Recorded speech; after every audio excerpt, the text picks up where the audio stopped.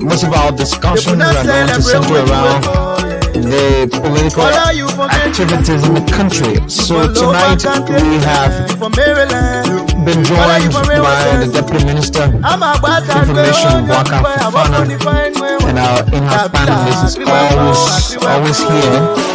So let's do this and welcome in all of them.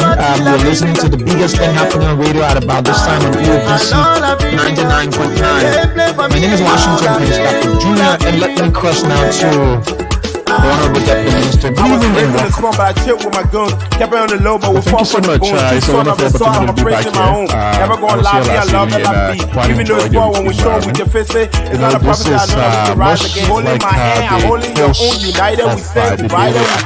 like a host of the different activities that we do. This is when we recap those things, whatever conversations, whatever news item may have made the headline. We analyze them, we put put it into perspective and all of that. And I enjoy, that interaction last night with the public, with the general audience and all of that. So I'm glad to be back here again this evening. And we're also humbled to have you. Let's go to our in-house panelist. It's a pleasure always having you and your dedicated services to the platform.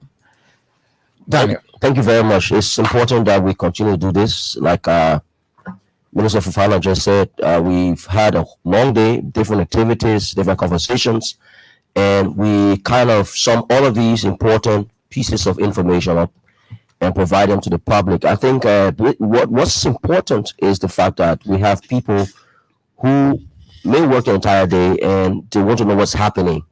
And the show provides them an insight on what is happening, and it also guides to some extent the decisions that they make. So it's always good being back here, and it's important that we continue to do this. Thank you very much. And let's go across over to the decks now to welcome you in, TT. Good evening, and how are you doing? Wonderful. Today is the last day in the month of October. October, yes. And all praises to our Father. Amen. Who has made it possible for us to be alive and see this day. So I'm grateful to be here.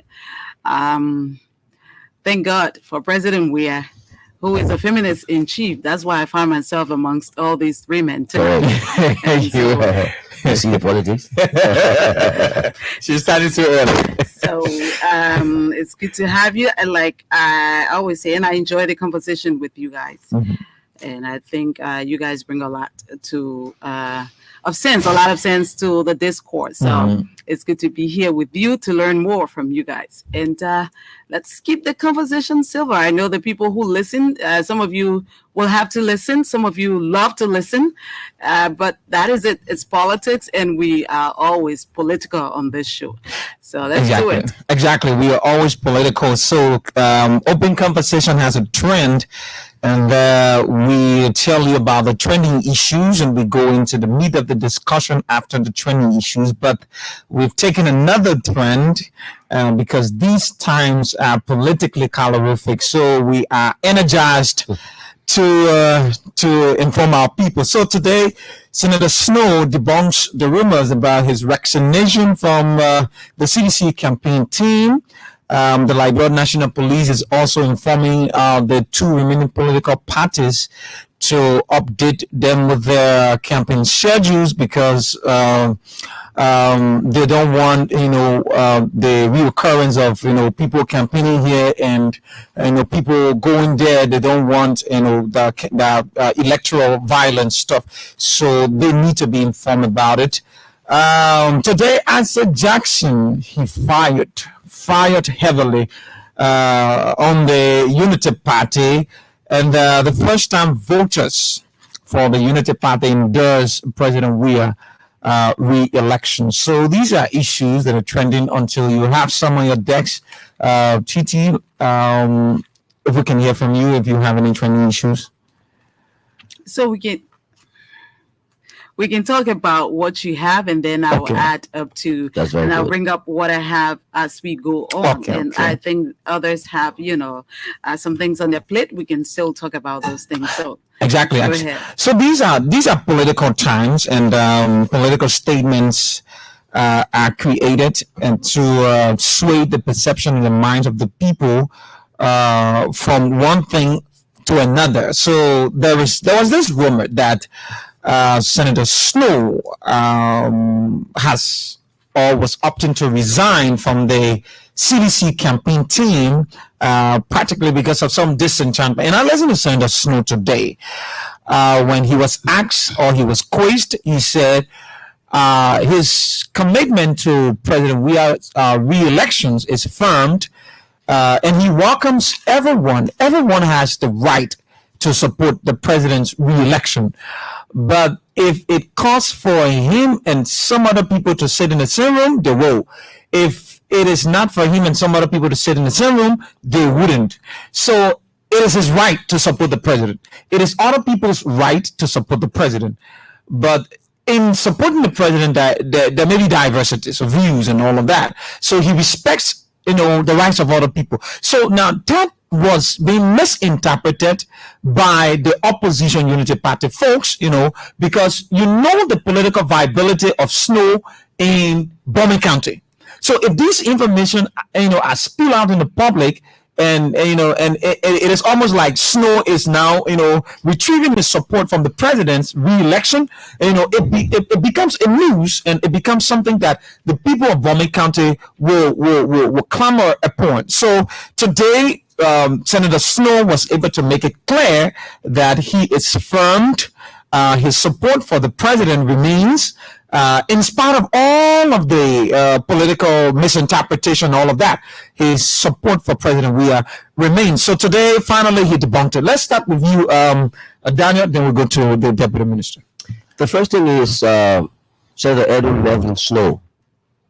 His political philosophy is not something that is easily trashed along the way. A few months ago, he had his own revelations in terms of the differences he had with the Unity Party, specifically Vice President Joseph Boakai. And he stated clearly reasons why he's not going to support the Unity Party. And also, his support to the president was incubated upon the fact that the president has always done a lot for our people in terms of what his county expect. Taking bombing on a pedestal and some of the things the president has done. And, there's a saying, when you're drowning, even the leaf in the water, you try to hold on to it just so you can sink. We don't expect anything different from the Unity Party at a point in time, especially where there's no agenda. There's no backing, and there's no philosophy as to how to drive the party's manifesto in its runoff. So what you're hearing in the public right now is just something that they have decided. It's a make-believe. It's a candid hallucination of people that are completely misdirected as it relates to what they want to do. If Edwin Melvin Snow, Senator Snow, for any reason will not support the CDC, it is not their responsibility to say. Okay? The same people who elected him in Bomi, he owes them that much in terms of his political direction. It don't have to come out like a gossip. So, but it just shows, the acute level of limitation that comes from folks within the Unity Party. The same thing that they will hear. So for me, what I can say is that it was timely that Senator Snow came out and he made a counter on their gossip, because it was becoming a permanent discussion in our corridors. Mm-hmm. And it was timely that he came out because, we're in the runoff season. Mm-hmm. And a lot of people, like I said, the drowning hearse will obviously look for anything to hold on to. And because they are not in a position to have that firmness politically, they want to look in any direction. In the worst case scenario, which of course it is still a utopia, if even Snow would to do that to support the president, Snow would rather sit on the fence than support the Unity Party. So what is it to be happy about? He would rather sit on the fence and support the UP, because there's absolutely no agenda. Snow is one of the most successful politicians in our country. Mm-hmm. Snow is even politically successful than even former Vice President Boakai. He's had a successful political history, from becoming the national youth chairman of the National Patriotic Party to becoming a lawmaker, Speaker of the House, and then going to become a senator. It speaks of his political strength. Mm-hmm. So he's not naive to the kind of decision he want to make. So for people who are politically unsuccessful and misdirected to come up in the public at this point in time and say Snow is resigning from the CDC, is for me is just another myth that he got to go to bed with. I rest there. Yeah. So, Paka, let's hear you. Well, I couldn't agree more with Daniel. First and foremost, let's emphasize that Snow remains with President George Weah. He supports President Weah's bid for the presidency. He emphasized that today, regardless of all of the rumor that folks sought to peddle on the internet from yesterday to today. So I had thought that these were just people at the lower level that would be peddling these kind of unsubstantiated claims. But it turns out that even folks within the highest echelon of whose phone is that? Okay, well, even folks within the highest echelons of the Unity Party will be peddling the same thing. And it turns out that was quite embarrassing when he came out today to say, no, come on now, I haven't left. But there's a reason that folks keep saying this about Snow, like they would do any other heavyweight, the stature of Snow. You remember, ever since Snow declared his support for the president, there's been constant talk about him leaving. There was one, because the man is a lawmaker, so he interacts with fellow lawmakers. There was a point, I think he interacted with, Jeremiah Coon somewhere in Bonny County, because Coon is a fellow senator. There was this rumor that, permeated the internet in order that he had to come up and clarify, and then he's been clarifying ever since. So I can only imagine when the latest one came up and people said, oh, Snow remained tight-lipped and all of that, because I think he was tired, but today he did clarify. He basically said, contrary to some of the speculations that were out there, that maybe because Henry Costa joined the team and Snow got problem with Henry Costa, Snow said today, I have encouraged the president, and already he knows the president to be that kind of person who opens the tent and allow everybody in. He said, but he had been encouraging the president to open the tent even wider. He said he did that when the president was captain of the national team, and he was doing that. He had done that again. So he had encouraged the president, in addition to the president's own, inclination to allow a lot of people, reach out to a lot of people. So why would he be that same person again saying, well, I can't work with that person, or I can't work? He said, at best, the possible thing that he could have done would be, maybe I can work on the same team with that person. Maybe I'll go on another part of the campaign team as opposed to leaving the whole team, Correct, the whole campaign entirely. So what it shows is that, firstly, Snow is a formidable force. He's won elections in Liberia 4 times, 2 times in Montserrat, 2 times in Bonny County. Very rarely you find a politician of that stature. It still remains very popular. So it's no surprise that people try to get him. Other than trying, let's go and get Snow this, Snow that. Most of the times, if you receive the biggest criticism, it shows how much there is a hunger for your support. The same is happening with Costa right now. So when Costa supported the quote-unquote rescue train, which I think is a misnomer, because I don't think, in order to be able to rescue, there are a couple of characteristics that you must carry. You must have the ability, the history, the experience, but also the mental fortitude and, the physical strength and all of those stuff, which I think they are bereft of as it is right now.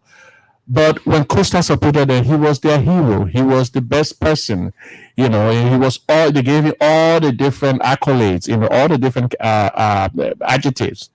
When he left, they say, he didn't get targeted. The same thing they did to PYJ. When PYJ didn't support them, he was a killer. they were black. They were throwing, toting placards all over the place. They called him a killer and all of that. But the day he supported them, the next day the Unity Party put out a press release calling PYJ the respected religious leader. They call him the respected religious leader. That is the hypocrisy of Liberian politics. I like that. The hypocrisy of but that is not just Liberian politics. It is the sense of entitlement by the Unity Party folks. I listened to the radio station today. I know you brought up Isaac Jackson, but I was listening to the radio today, and somebody called in. It was a funny conversation, but it's quite revealing. So I think it was Kelvin Matadi who called in to sort of defend his side. I think he always defends the NDR. So he was basically saying, this time around the Liberian people have spoken. There's nothing you can do, the Liberian people. So the host basically said, so what's about the people that voted for George Weah? Are they not the Liberian people too? He said, the vast majority of the Liberian people, which I thought was ignorant, because the National Elections Commission had already given, their own stats, official stats, that showed that the vast majority of Liberians support President Weah. So when they reminded him of that, said, no, but the vast majority of Liberians, according to the National Elections Commission, support President Weah. And then he said, oh, that's a conversation for another day. So it is that entitlement that they normally peddle. They sort of think that the folks that support them are more Liberians than those people that support President Weah, to the extent that they will say, the Liberian people, this is what the Liberian people want, even if statistically, the data don't back those fights. So it was a good thing today that Edwin Snow clarifies that he clarified that he still belongs, in the tent of President Weah. He supports President Weah, so don't mind all of the lies that they've peddled. The long female. So I just wanted to start from where you stopped, Boakai, when you talked about Matadi, because I even listened to the vice standard bearer of the Unity Party when he spoke after Yantuan, who is a part of the Unity Party, was named as one of the campaign faces in Nimba County. Correct. I was also wondering anyway how he and Prince Johnson will collaborate after listening to what Prince Johnson said about him. Mind you, he was contesting in the senatorial race in Nimba County, and Senator Johnson had a lot to say about him, but that is for another day. But my point is, when Jeremiah Cohn came to thank Yantuan for joining the rescue team that he is already a part of, then he says that welcome on board, the rescue team. I know you're a good man, and the people of Nimba, when the people of Nimba County speak, who are you to go against them? And I know the people of Nimba County have already spoken. And I'm going to where you've talked about the arrogance. You are a running mate to Ambassador Boakai in these elections. If you think that Nimba can make you win, why do you campaign in other counties? But you make it seem as though you are winning the elections on your own, and you're only winning the elections with Nimba. Yet you will you will speak in that condescending way, but you go to other counties and rally their support. You even go to the Southeast and pretend to come from the Southeast because you won their vote. He said his father is from the Southeast. Okay, but you say when Nimba speaks, nobody can stop Nimba. He speaks with too many different... The authority you have, right? And you think you are everything. I think he's politically naive. He is politically naive, and again, he's a tribalist. Very much. He's a tribalist. It tells you tribalist. It tells you that if this man is given power, it only tells you how he's going to use it. Very dictatorial. Yes, it tells you how, because he would not be thinking that Liberians gave him this opportunity to serve. He would say Nibarians gave him the opportunity to serve. Yeah. That is how he speaks. He speaks with more authority than even his standard bearer, Ambassador Boakai. You can imagine how you will have a vice standard bearer, cope with the standard bearer who is, who speaks in that low tune. But again, they say you can carry the cow to the river, but you can't push it, but you cannot push it or force it to drink. That's the case.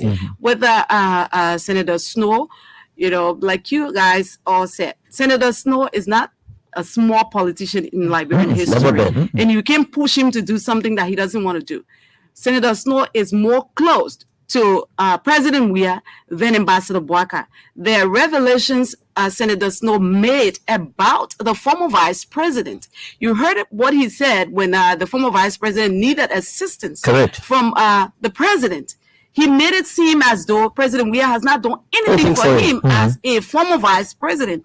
It took a Snow to come up and say, no, you can't do this because I was the middleman between you and the president. Correct. So former Vice President Boakai cannot do this. We know former Vice President Boakai's record when it comes to James Colley, right? And what he said. And even Isaac Jackson, who worked for the Unity Party, can tell you everything about, the former vice president. So Snow will never, like you said, even if he doesn't want to support, he'd rather sit on the fence. He'd rather sit on the fence than support the former vice president. But again, if you're drowning and you ain't got nothing, they live in the water you hold it. That is what the Unity Party is doing. And I don't know how they feel when it comes back to them. It really hurts them, but they pretend as though, nothing has happened. The same way they're treating Costa. That's how they behave. Because it will hurt them because they'll come up and make it seem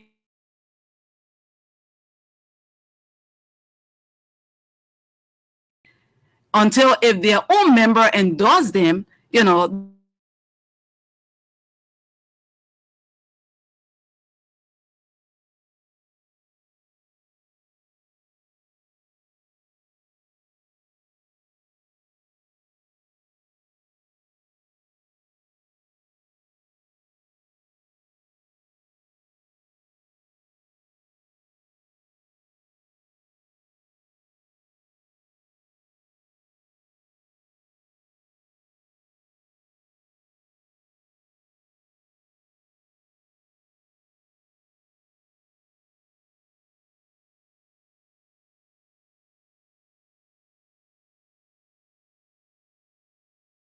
Use small words. I can't find the word. Yeah, you the Lufakante man, no problem. So, but the Senator Tiaje thing is just laughable. It's laughable, I say so, because he supported the Unity Party in 2017 against the CDC.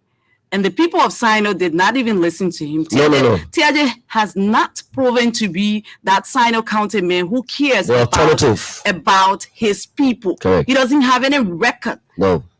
All we know about Tiaje is to speak big book and have no impact on the people of Sino. That is why he told the people of Sino in 2017 not to vote for Ambassador Weah. And they told him, no, you can't direct the cause here because you have not done anything for us to listen to you. And they voted against his will.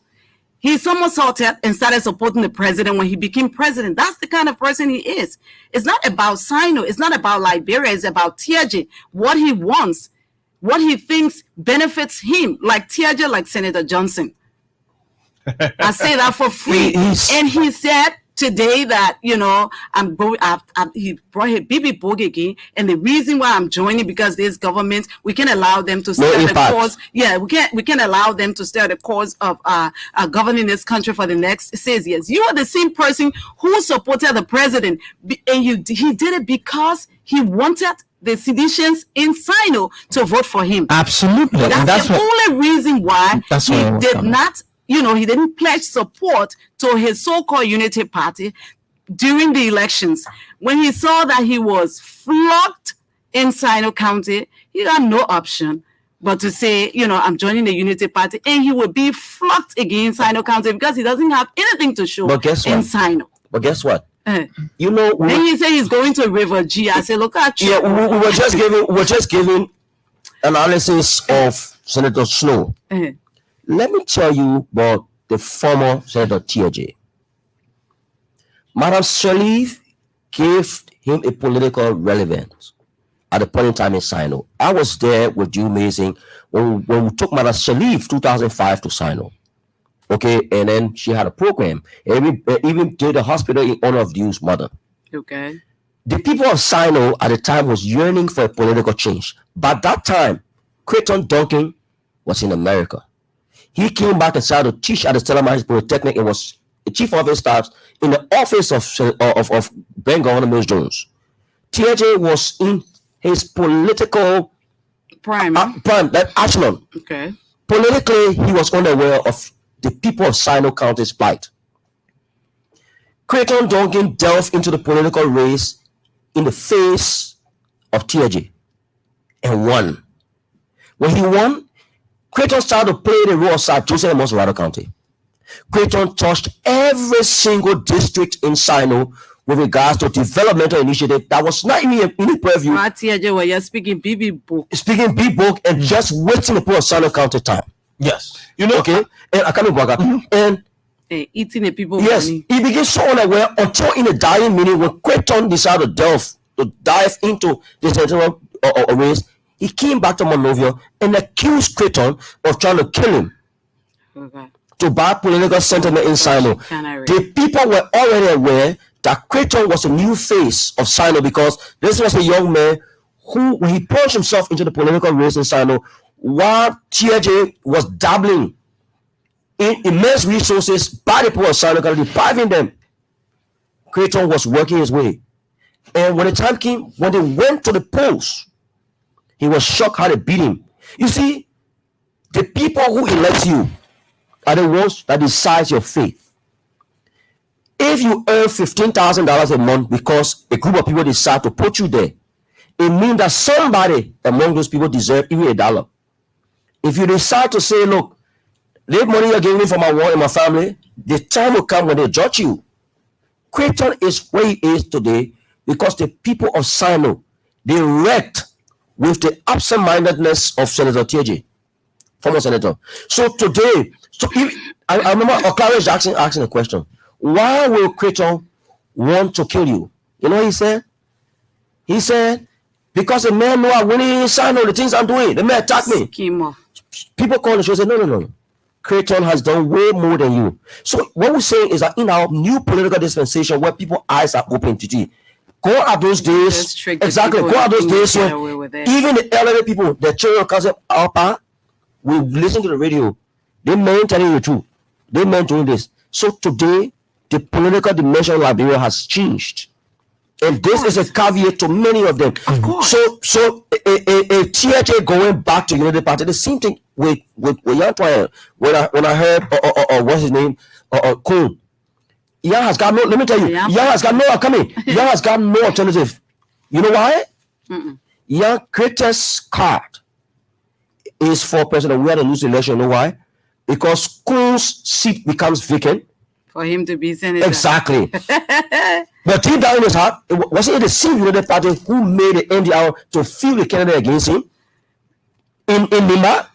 And he went as an independent candidate. He didn't go as a United Partisan But candidate. he can't go as that. And even the way Prince Johnson spoke about So it speaks much to the political insincerity of the people. You're right. Exactly. He's only doing it because he thinks that, if Kuhn wins, he can come back. There's an opportunity available for him in case Kuhn is promoted. So it's not about, the people. But that's all. Nothing more. People That's all. Liberia. Well, I just wanted to talk about the fact that the president has been getting a lot of different heavyweights ever since they declared campaign open.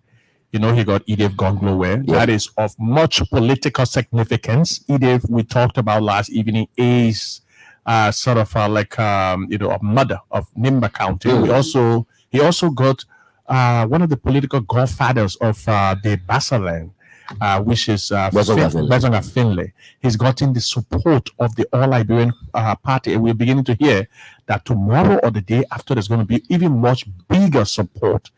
TJ has been falling and failing politically for years now. I can talk about that because I followed the president doing the county tour. And we specifically went to Sino County. And the only name that we heard there, so conveniently, I wasn't surprised when the CDC picked Creighton Duncan on his ticket because the only name that was very much permeating in Sino was Creighton Duncan. You could see it from entry into Greenville, all the way down, wherever you went to Sino County, you were here, Creighton Duncan. At the time, he was just a representative, so everybody seemed to talk about him, that is. And they didn't seem to have such favorable review of TJ. Correct. As a matter of fact, when the president even hosted a town hall meeting, there were some other folks within the town hall when TJ came that were jeering. So I wasn't surprised, and he sought to align himself so much with the president because he thought that would have revived his political career. That is all. So I remember there was a point the president visited. I don't remember the specific town name, but when he visited there, TJ offered to be the spokesperson of the president in the county because he thought that would have lended him. Yeah, he thought that would have lended him. He said, "I'll be the spokesperson for your campaign," because he thought that would have lended him. The slot. To contest and all of that. And the president conveniently said, "Okay, we're going to consider it and all of that." So whereas you're still a member of the Unity Party, he had not officially joined the CDC. So he's a member of the Unity Party and basically telling the opposition, the party that opposes them, that I'm going to be the spokesperson for you, even though I'm a member of this other party. So if that's not hustling, I don't know what is. So I think he felt let down when the CDC chose Creighton Duncan. Creighton Duncan eventually with him. And so he has no option, and so you could tell. So this is sour grapes. This is payback for him. But whether he's going to have more, How is it going to hurt? we have got Sino County? 78% of the votes And from you might Sino get even County. 95% of it this time So, around. so even as when Nathan Tiaje was superintendent, when President Sali appointed him superintendent, Correct. he was even beginning to fall out of favor with Madam Sali? with Samoans, with people from China. Felt True, out of because favor with Madam Shirley. yeah, with Madam Sali, but you're also having trouble with Samoans. with people from China because Because of his he's- flamboyance, they started having this issue with Arrogance. tribalism. Yes. You remember that time the Sapo people, He was dividing the country. Mabutu and all of this stuff. So all of the things were happening. So the fact that he's endorsed, and it's surprising that the Unity Party folks will elevate Unity That Party kind of endorsing Unity endorsement. Party. The thing is, I wouldn't even denigrate him. Tiaje is a political figure. Do you call that Not endorsement? political But, force. no, he. Beg to differ. If Okay. he was in his That- county, he would have they won were the wanted. elections. You have one point Clayton. I am making is that he's a great orator, he's a great communicator, he's would not take that nationally from new and all of those stuff. He may not be as respected in Sino, but maybe on the national scene, people kind of listen to him. So my point is, he may have that clout, but the fact that he still is a member of the Unity Party, it makes no difference that he will be saying I support, because we already expected that he would support the Unity Party. Yeah. So why would the Unity Party even be touting, a Unity Party member saying I will vote for Joseph Boakai? Or did they expect otherwise that you would not have voted for Joseph Boakai? Why would you Baka, you think that said- they would not tout that if they don't have people endorsing them? You said there's something I want us to demystify. That's something you said endorse. I don't want to take that as an endorsement. If I cannot endorse TT, I cannot endorse my brother here. No, a Unity Party man cannot endorse Joe Baka. I don't know how we can term it. The party got some for that matter. I don't know how we can term Yeah, he it. was a prayer. He came back as a Exactly. A man who is already believing in the wisdom of the Unity Party cannot endorse the Unity Party. and Senator Tiaje cannot even fool the Unity Party folks. The only thing they're doing is that charade. And I think when people hear that, they will know that other people are endorsing them. Those who don't know that Tiaje is from the Unity Party Somebody just will said think that. Milton Tiaje of the Unity Party pledges his support to the Unity Party. So those who don't know that Tiaje is from the Unity Party will believe that Unity Party is getting endorsements. But the Unity Party does not even believe that Tiaje can win Sino County for them. Yeah, but he's failed now. And he even said that I'm going back. I'm not only going to Sino. I'm going to River G. To do what there? River G people. Yeah. We say come in there. What What are you going to do if you can't even win people from Sino? You say you're going to win people over to the Unity Party. But he was playing a trivia Tiaje. game. You know the game he played? I met Representative Tonkin before he became senator-elect. Tiaje wanted to be the face of CDC campaign team in Sino, at the same time still clinging onto his Unity Party membership.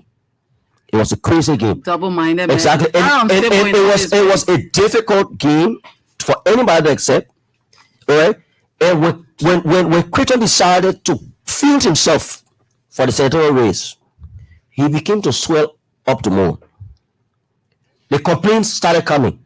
But honestly, the level of work Creighton had done and the loyalty that he consistently kept with the party in the name of the president could not even fool anybody 1 inch to go against Creighton. And today, see, Creighton had the senatorial seat on a silver platter. The Sanois were very angry. So Tiaje will go back to Sino that Creighton will say that So what Senator Tiaje tries to be politically strategic. Now, I think if you see in the media over the last couple of days, there have been massive endorsement for the CDC.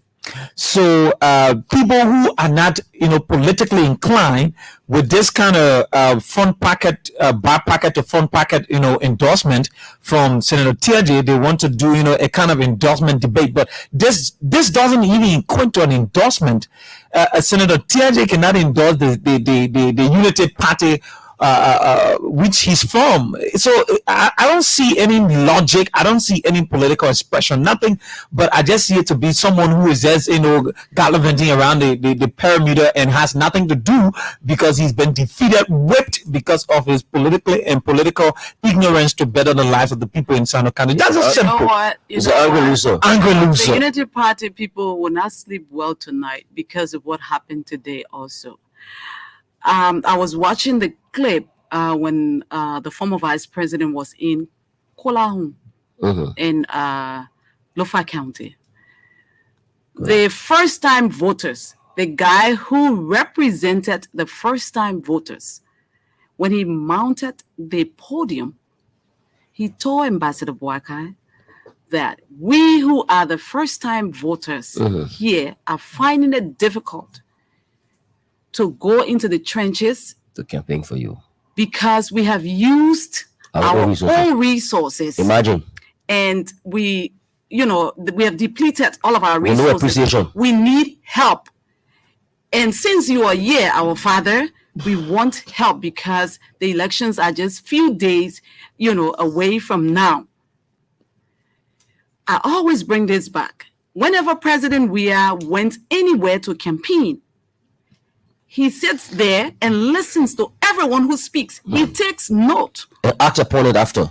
And when he comes back to speak to the people, he responds to, almost all of the things that the people say, especially if any request was made, he will respond to that request. Unlike Ambassador Boakai, he didn't say anything when he mounted the podium concerning what that first-time voter, said. yeah.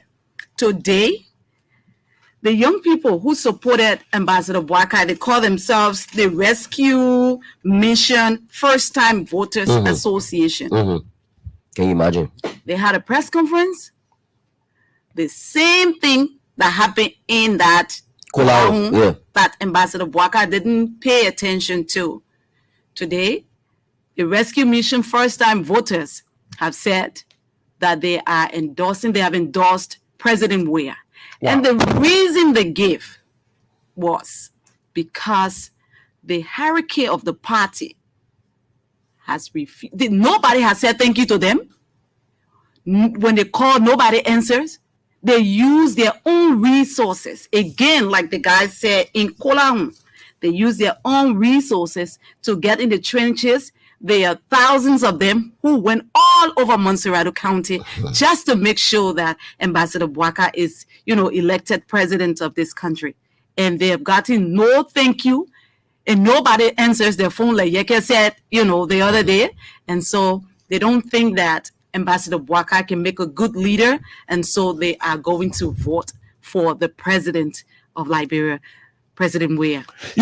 That is telling. And as a matter of fact, I like the fact that you highlighted, at some of these occasions when the president recognizes the different groupings. As a matter of fact, at every occasion that the president attends, every district, every hamlet, there is a provision made for first-time voters to speak. As a matter of fact, right now at the campaign headquarters, the first-time voters have a dedicated office. There's even the vice chairperson for first-time voters on the Weah Taylor campaign. There is a post. So it tells you that the president values young people.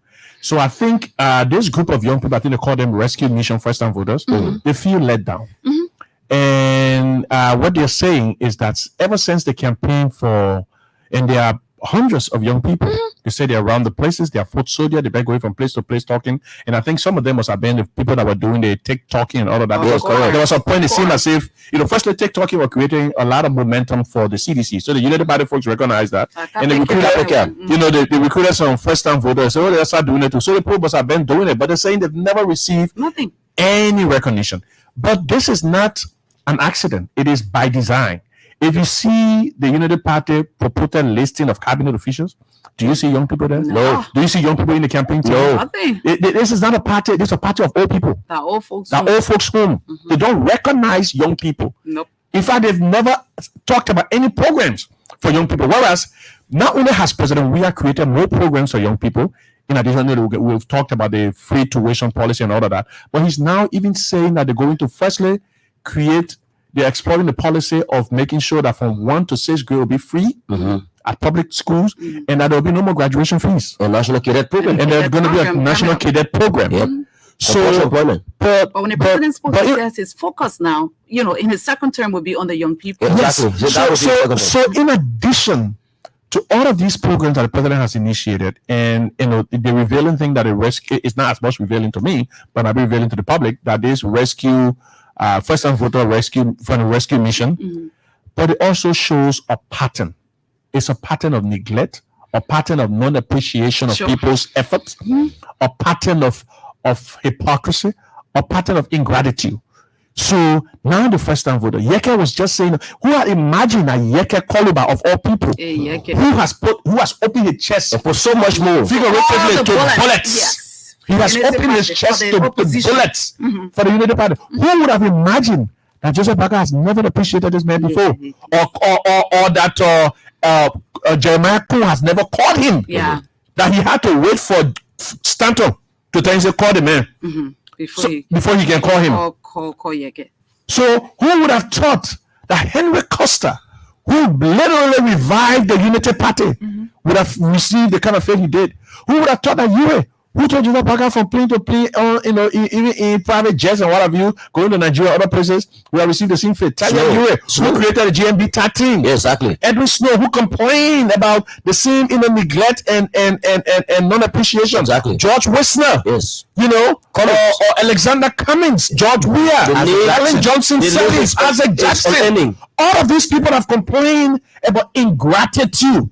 Now the latest group of young people basically saying they never call us to tell thank you. And this man saying the opposition, what will happen when he becomes president? You tell me. Yeah, let's come. God forbid that. Thank you. So I just want to remind you, when the time manna fell from the heavens, the time manna fell from the heavens, and the very people gathered the manna for the king, they couldn't eat of that manna. But the men who were famine was in Israel and had to go to Egypt, and they even could survive even within famine. You listen to a disabled brother who usually call on the show. There were more than 50 disabled people went to the vice president office when he was vice president at the Capitol building. Yeah. They stood under the scourging sun. When he came downstairs, they experienced everything, the challenges. He took up $50 and gave it them for transportation.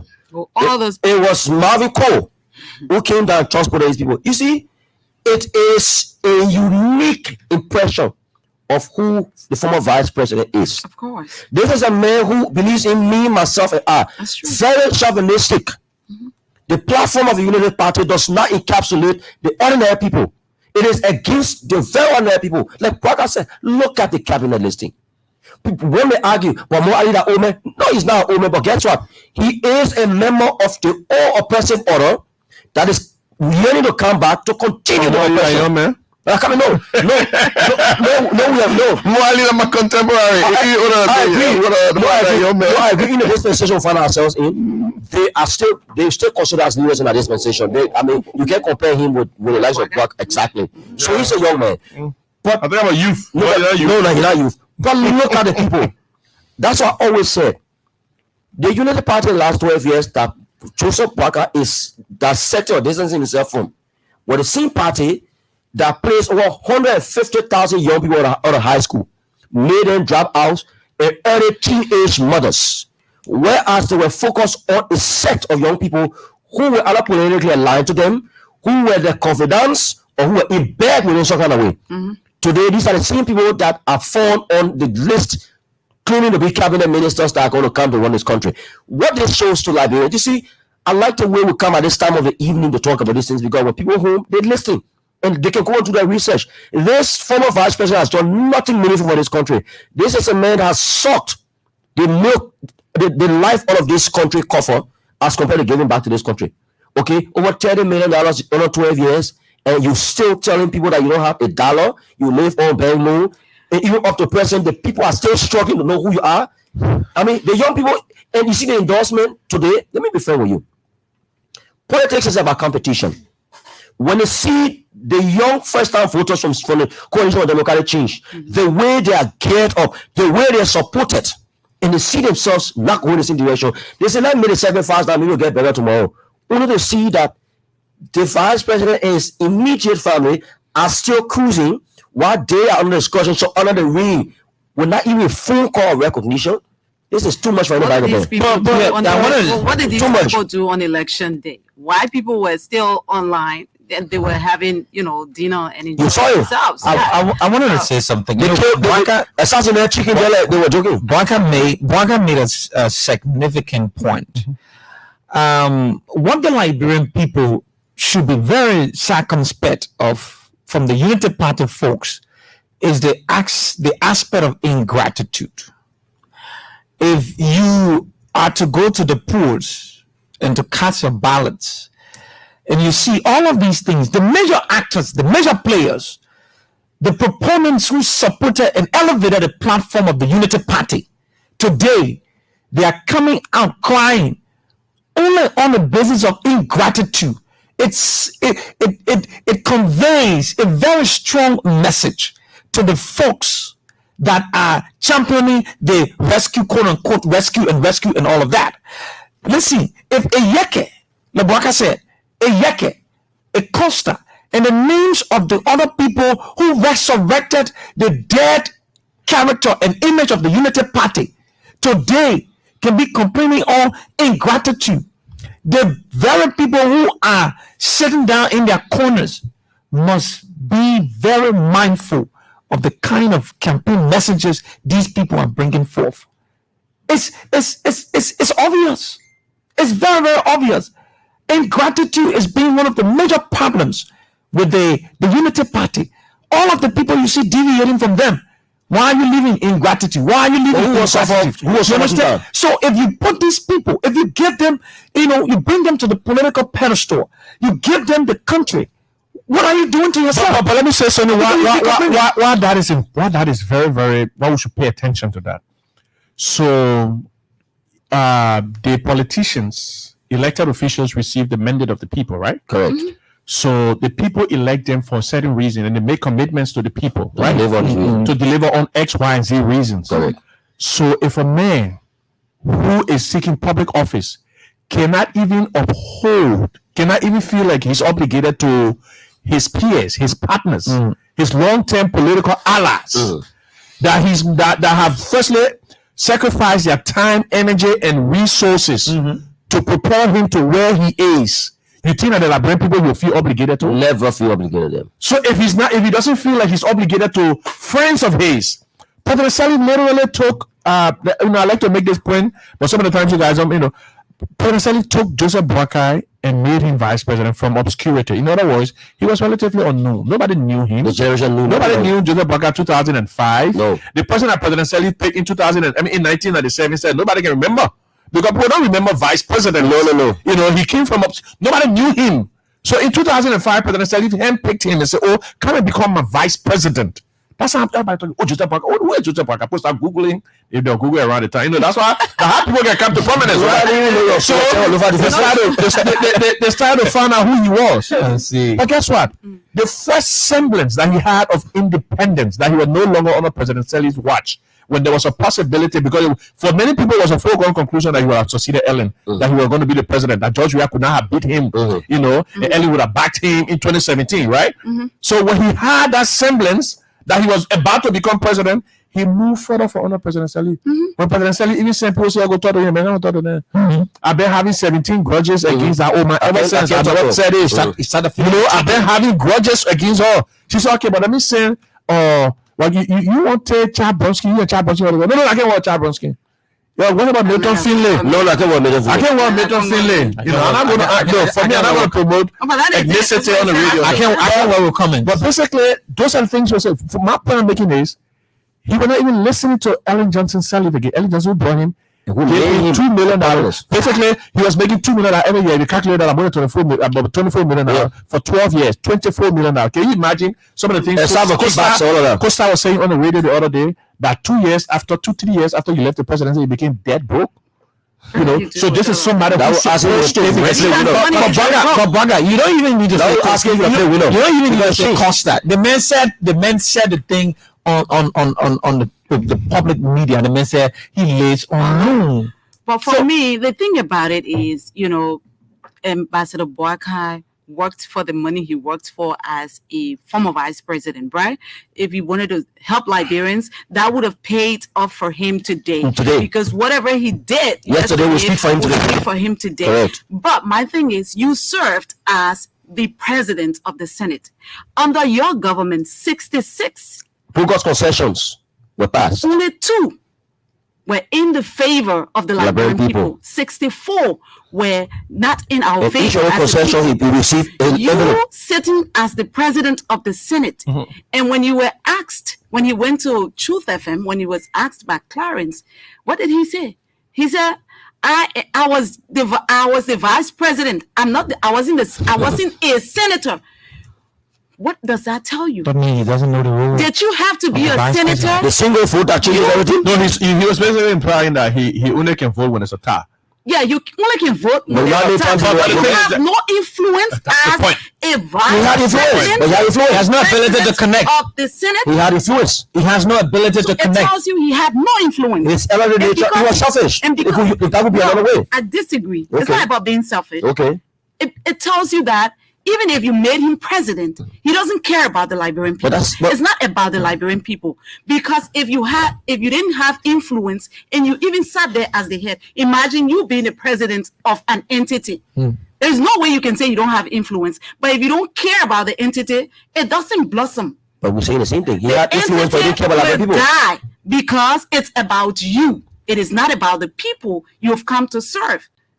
For me, that's the point. But you know how many of the senators we have sought his advice as an elderly person? Liberian In people do experience? not want the money that you work for No. yourself. They want Because some- whatever you would have done at the time will be We- speaking for you today. today. So that's your own. But sitting there as the president of the Senate, when you have all of the influence to influence, things in the favor of the people, you couldn't even do it for Lofa County. That is why we had to travel on that road to Lofa County, and all of our feet were swelling because the road is very bad.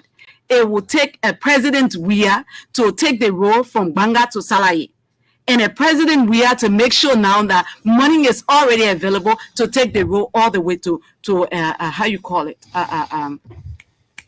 What is the last place now? You guys? Oh, you gotta go to. We're going to Panama. We're going to. Where is that? For just the new how you got it, the approved Qatari government's how you got a road fund project. Oh, that's come on. Yes, Minikoma. Minikoma. So then you tell us that you love the Liberian people. You think Liberia. Well, you flew Chaba How do you 2017 think or Liberia? Lofa? You went to Lofa County to campaign. Yep. All of your cars left in the mud. You told the people in Foya that I am not coming back here. Let me tell you guys, I'm not coming back here. If you don't make me president, I'm not coming back here. And he took the road. Very Sierra dictatorial. Leone, and he came back to Monrovia. And he expects that the same people, if you don't care about human beings, it shows your whole life. So the direct contrast between him and President Weah. So we're talking about the rescue mission first time voters, right? That they're declaring. Yeah. Basically, they're talking about the addition Joseph Boakai because he's showing. The Unity Party or the rescue mission because they show them ingratitude. This is the latest person to talk about the war ingratitude. We've heard that quite a lot. Especially for young people. This time around, the young people are people trying to protect basically their future. future. The rescue mission has been ungrateful to them. Generational The illness. difference between what is happening there and what happened with President Weah is a stark difference. President Weah has been accused of protecting people that support him so much. Okay, maybe that's a wrong way to say it. It means he's so loyal to them. Once you support him, he seeks to pay you back. So that is leadership. That's the difference between. That's a big difference. Yeah. And some of the times it becomes, people say, well, that maybe that the president weakness. He pays, his supporters say he's so loyal to his supporters. I heard some journalists say that President Weah is so loyal to his supporters that some of the times, because if they support him, he goes an extra mile to ensure that they are happy Not and all of just those that, stuff. but I also think that he doesn't pay evil for evil. No, he doesn't. And that's the thing. Yeah, he doesn't pay evil for evil. And that's the thing. And that is. Some of the time I think President Ellen Johnson Sirleaf, they got the kind of same characteristics. Sirleaf sometimes to be ready, follow her supporters and all of that. But it doesn't seem like Joe Boakai seem to pay much attention to his people. But with President Weah, right now, there's another characteristic that I think he has that his competitors don't seem to have. He is all encompassing. He opens his arm to everybody. He easily reconciles. He reconciles with people regardless of something. Who would have thought that the president? Who would have thought that the president would reconcile with the likes of Isaac Jackson? By the way, Isaac said it. Yeah, with the likes of Isaac Jackson or Henry Costa, of course, or Bernard Yue. Henry Costa was a very staunch. Celia Yue, all of those people. And these Unity Party folks were enjoying it. And doing when the president when the National Elections Commission officially announced the result, the president did something at the party headquarters. He basically said in his speech, and maybe some other folks might have glossed over that, but he said to those Liberians whose votes I may not have gotten, I extend a hand of friendship. Did you hear that in Joseph Walker's speech? He never. You heard that? Is that to those Liberians whose hands I may not have? I mean, whose votes I may not have gotten. Mm-hmm. I'm extending to you a hand of friendship. I am your president, and I'm going to make sure that I protect your rights, irrespective of your ethnicity, your religious or political affiliation. That's what a leader does. And that's what he said. Yeah. Never heard that. But I was talking about we got the highest vote the Liberian people made. We got the highest voting, and which is not true. I don't know why they keep peddling this thing. More people voted for George Weah than they voted for any other political party in Liberia. Of course, more people. Sure. So I saw one other party posted today. More people voted against. So if you're a supporter of Joe Buckeye, and then you're claiming all of the opposition votes combined by saying more people voted against Joe Weah, then by the same logic, we say more people voted against your candidate too. Exactly. By the same logic. Exactly. If that's the logic you want to use, because they are members of the Unity Party. So they want to say, okay, because we got for the three, and we got more votes than them, but for the three, and then they want to combine Cummings vote like opposition, Apeto, and this, and I say, they don't say, more people voted against CDC. Okay, but then you're a member of this Unity Party now. More people voted against you too, because they voted for CDC and voted for Apeto and other thing. So they vote against you too. So that kind of vote individually, if you count it individually, the person with the highest number of votes that Liberians empowered is President Weah. He got the highest. And the point is, who would have thought that after all the years, after all the yama, everything you say about the president is the president bad, he can't have, he unpopular, the Liberian people, that cliche. The Liberian people just waiting, the Liberian people. Like the Liberian people voted and say that year we won, that John Weah we won stay. So what the argument now? Kanyo, I listened to him today. He drew a very good analogy of Lofa and Nimba, the votes the president got from those two counties. I thought that was a very good analogy because the president got 7% of the votes in Lofa County during the 2017 elections, and got 21%. No, 27%. 21% in I think was Nimba. Yeah, 27 in Lofa. Yes. How does a person who you say that is Joseph Boakar's strongest hold? That is the place where if nobody votes for Joseph Yuma Boakar, all the people there you will assume will vote for Joseph Yuma Boakar. Yeah. But what did it say this time around? The difference. It tells you that Lofa will not be the same. No. But let me tell you something, Titi. The opposition have made us believe for more since Tony had a 2019 rally, Save the State. They made us believe that Joe Weah was unpopular, right? That the people were waiting to push him out, right? They peddled that narrative from 2019 to 2020 to 2022 to extend it. Even had a whole team. They say, Cummings, Yombly, Costa, and all of them, right? They say that was the dream team that's supposed to whip President Weah, right? So at the time, the MDR was still part of the Grand Coalition. So had the MDR, which is Prince Johnson's party, which separated the last 3 months to election from George Weah, from President Weah. Had they not separated, this election would have been over in round one. Yeah. So Had they not separated from President Weah 3 months, I think 3 or 4 months to election, this election would have been over in the first round. So it showed that the opposition party that were claiming that the Liberian people won this and that, they just showed that what President Taye can call a lousy minority, right? They were loud, but they were in a minority.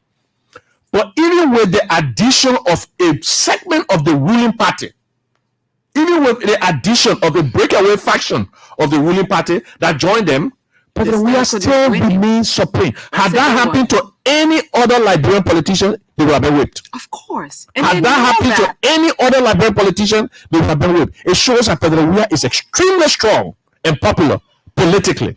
Because we're talking about the 2 big counties. These politicians came from the 2 big counties. The president still managed to amass significant amount of support to the extent that he whipped them all still. After they took away a major chunk. Had that happened to any politician, it was game over. Yeah, first the United Party folks know what the CDC in opposition did to them. But you see in the 2 elections, they know that. Yeah, but the cluster of confusion that is currently overtaking the United Party has made it even impossible for them to recognize what a popular candidate is. Yeah. Because even in simple mathematics, anything more than 1 is greater than 1. Okay? That's a good one. So imagine President Weah, after winning all of the big counties like Baka said, he still has 7,000 plus votes. Yeah. If we're in a dispensation or a constitution where that simple majority is the president. Are we talking something So it just tell you that the confusion that is another thing. If you look at the first round, the campaign activities, this was the first time that the United Party was the most reckless party in terms of campaigning. They didn't touch many places. In fact, they were adamant because No, they were not reckless. I'm coming, brother. I will say what I say. Intentionally neglected the Southeast. I'm not even discussing the Southeast. I will say what I'm saying. I know why I say reckless. If you are indeed sure that you are popularly accepted by the people and you committed to winning elections, you put in all of your all. Let's take the Southeast one there. We saw the United Party campaign strategy. We saw the community entries that they made. We saw the people who led these campaigns. In the end, my analysis is they never expected to have the number of votes that they had. So they're coming up to say to us that the Liberian people have spoken because they didn't expect 43%. I beg to Okay? differ. They didn't expect 43%. I beg to differ. Let's hear you. I think they feel entitled. They do not respect even the people who turn out to vote for them. But I mean, that's why they're reckless. And let me contribute to That's why they're reckless in terms of the campaign activities. what it is saying. You know, like Baka said, That's reckless. they were loud and they were in the minority. But you see, So politically, they were complacent, and they felt that the loud noise that the people made had overwhelmed the general population. Yeah. So they thought that they have already won the election. So you see? So the carelessness and recklessness they would apply to the campaign process. And not only that, the arrogance, because they feel that, you know, we are the people who know book in this country. We should be leading this country, not these people. George Weah doesn't know anything. Why should people even vote for them? The people know better. Liberian people know better. So they will not vote for George Weah. That's what they thought. That's the That's complacency. the arrogance. so how can you apply the David and Goliath scenario in our dispensation? In this case, imagine, I'm just giving a clear picture, right? Goliath took all of his time. He had the best armor. He was a trained soldier. The Palestinian army depended on him, right? David just took food. A little sling that you just came away with small stone. He dealt with Goliath. Yeah, because God was But guess what? behind him. This Unity Party here placed themselves in a shoe that wasn't even theirs. In the first place, they were taking themselves to be the David in Liberia, while President Weah should be the Goliath. But unfortunately, that didn't work because, like we said, the Liberian people are aware of what is happening around them. You know, even like 15 years ago, or 10 years, let's say 20 years ago, where No social media. exactly, Yeah. where you got Just lie their where you way got- to power. thank you, where you got only depend on the radio. All right, they will have lied over the power. Yeah. But where in Pokon Jide. People can see the Can Emirates see. Hospital. Thank you. All right. Where you in Nimba? You can see what's happening at JFK. Exactly. So to come to this person and say they meant to nothing, That is what's giving them heart. politically reckless and blind of the terrain you find yourself in, and that is what is affecting them today. So like 3%. I agree. Waka, you come in. Like I agree when Waka said that the loudness of the noise that was made without any political substance overwhelmed and staggered their political intention of winning these elections. Yes, because you had a like of Costa, you had a likes of Martin Colley, you had a likes of Yeke Koluba, you had a likes of these very staunch and high-headed people. You understand? Who have the political intuition to persuade the minds of those people who cannot use their own deduction. So they will take to the radio, they will take to the social media and say all kinds of things, and nobody cares to even do any fact check, and they just believe it. So when they call for protestation in the country, you see the multiplicity of people that turn out on the pretense that there is nothing happening in the country. Everything is poor.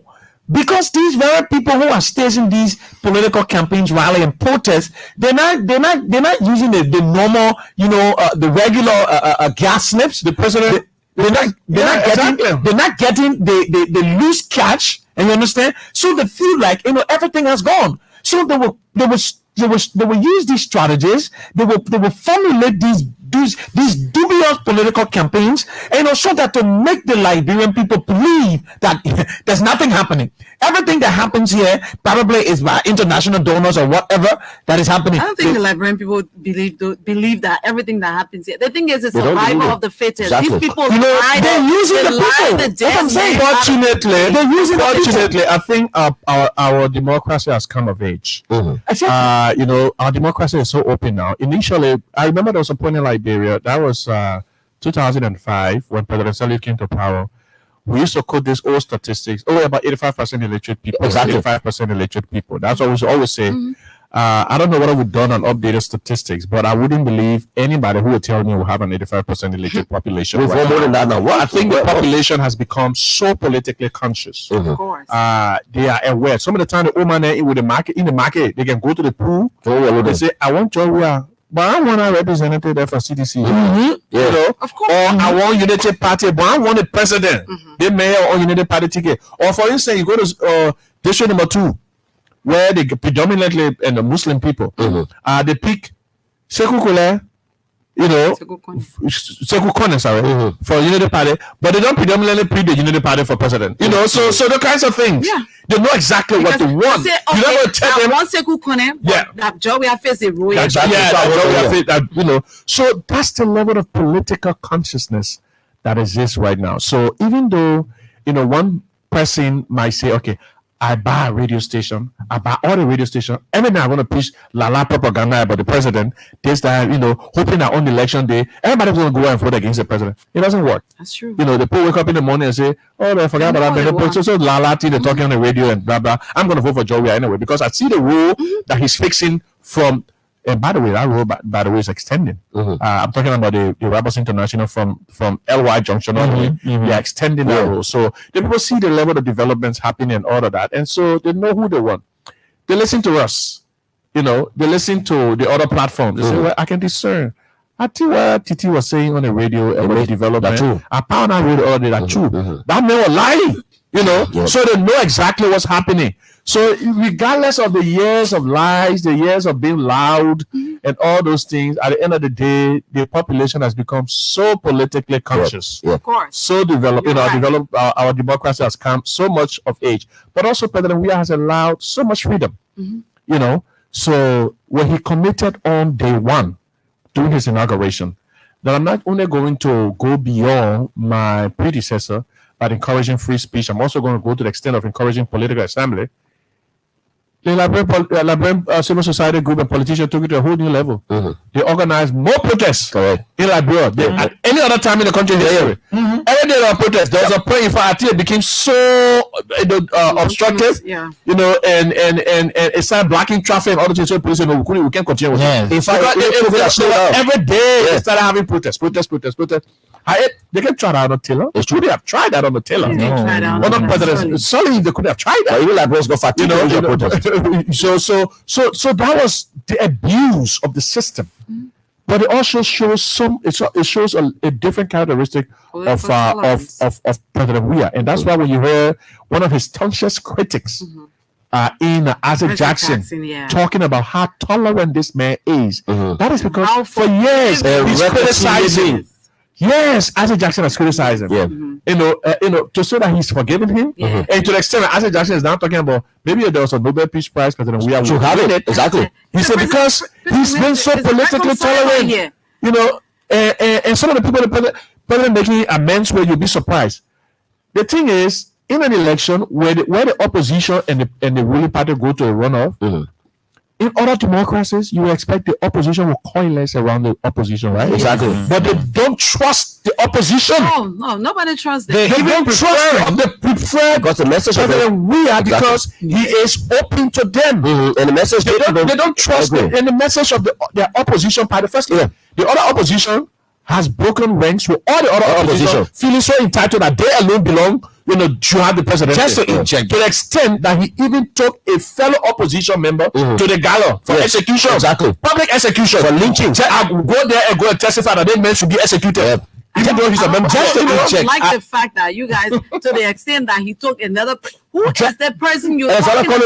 Just coming to the gallows. Yeah, but you to be lynched. Just to inject, just to inject, Daniel, just to inject what Bwaka was saying, right? Now, in other countries, coming from these very, tough electoral process, you will see within split seconds, the very opposition parties who do not believe in the leadership structure of the current, political party, the incumbent, what they will do, they will immediately rally the opposition community.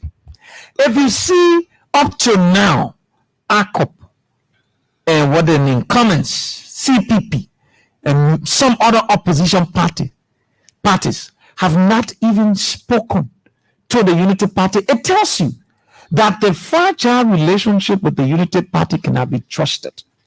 They would prefer a George Weah who has been heavily criticized, falsely, than a Joseph Boakai who will have malice, and he is this kind of person who's been described as one who is unforgivable. You understand?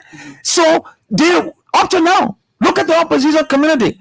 Dysfunctional. It's such a shame. It's whether you like it or not, it's a shame. Like you've said, if we go to elections, we've got 20 parties, 19 against the incumbent president, and then you have 2 parties in the runoff. And you in the opposition, and all of you in the opposition. You are the one in the opposition, and your colleagues cannot rally around you. It speaks volume. And you saw the kind of politics the Unity Party ran here. It tells you that they feel so entitled. They feel they alone belong. They alone know how to do everything. So they don't bring people around. So these people are afraid to even say we're putting our hands around you. Because in the event where you become, victorious, you're going to push everybody aside. It's going to be about you, yourself, and you. When you eat your friend children, let me put it simple English, and send your children in the big city, and you eat all your friends and your children in the town. When your house on fire, you're still inside. Correct. This is the story of the Unity Party. What kind of example you use? Like who example? No, I think that's a particular the way you tweeted it. I wish. No, I'm not telling you. No, but we're African. You are coming. No, we're African. But African. You know what? Daniel left parable. No, it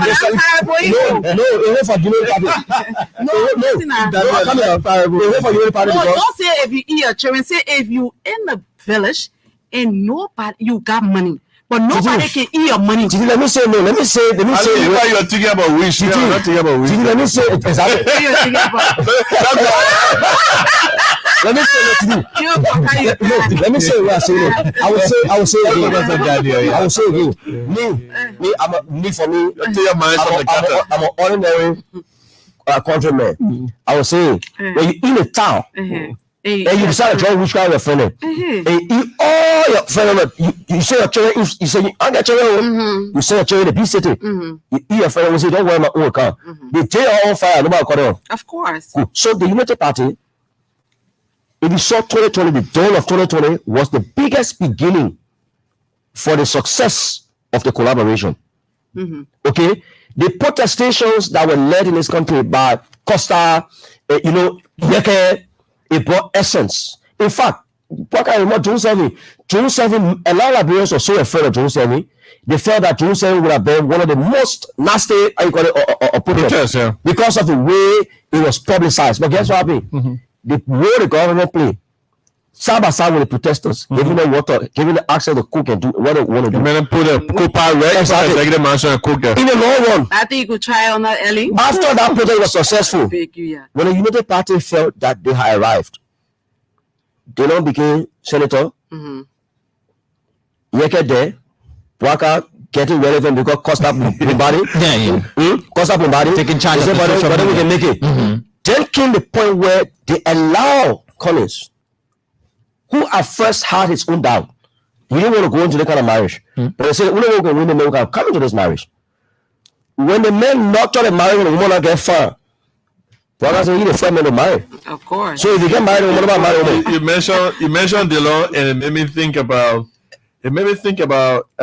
Yeke Koluba. And I think we should play. Oh, yesterday, right? Yeah. Where I want to see. Who calls that one? Liberian people. Jamakun, don't call my phone no more. Delon, don't call my phone no more. Going forward, I'm not going to answer any call. I'm going to buy my ticket. I'm leaving the country on Wednesday. And come up. If Ambassador Joseph Bwanga comes to you, you'll be able to talk to him. Yes. In case, Let it come. in case he comes to you and then try to reconcile, will you still run capping for him? It's late. He abused the opportunity he had. Yeah, that- He abused the opportunity when I went behind him when I gave him 1 gallon gas. He had been abused. I was not. Your motive, My motive of wearing the CDC out because I want John CDC. I want John CDC hat, John CDC now. I want John CDC. And my motive of wearing the CDC hat. all right, so man, People in the CDC, I'm a supporter of our window local. Sure. The men are riding over the back. You are sedition. True. You are sedition. I trust them than any other people. Because they were very open to me to tell me say I'm a sedition. And I've been trying to encourage them. That's Yeke. Trust. That's Yeke. Trust issue. And that's Yeke. That's why we're driving a trust issue. We're talking about trust. They ate all the opportunities from behind them. They only left in the middle. At this time where they need everybody to all the opposition lead them. Guess what? They pull a run away from Well, them. everybody bailing out the Exactly. Fast and Furious Yeke. It shows that they've already exhausted the future that they had by betraying the very people who led them on. Push you up the ladder and kick a man down. Really? When you haven't even You reached. haven't reached the top? Yes. And you think they're going to go behind you? God is. So you know what happened? God doesn't like bad. Cocaine drinking too. I saw I'm too. baking your me and I alone. But God doesn't like bad. Because God, the Bible says the heart of a man is It's desperately wicked. Who can know it?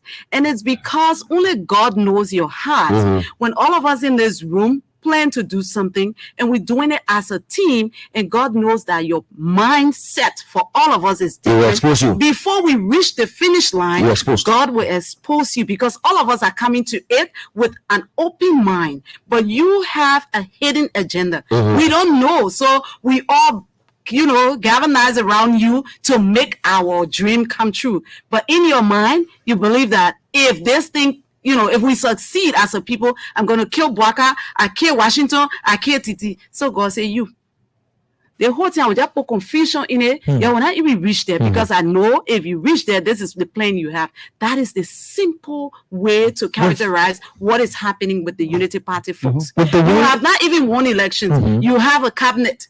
Your cabinet doesn't even take, the people of Nimba County into consideration. No. And you write something and say that Prince Johnson should even think that we are fools to even allow him come close to It's the a House of gift of Commons. you, And you speak about the cabinet issue, right? you Let me get talk it about right. it before I make the further contribution to the statement concerning Yeke and stuff like that.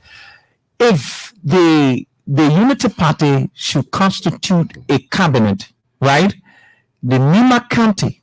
We don't want to be, talking about political tribalism, but if the Unity Party wants to constitute a cabinet, Daniel, the Nima County will have a front row seat because even Lofa did not give Waka the amount of votes from Nimba.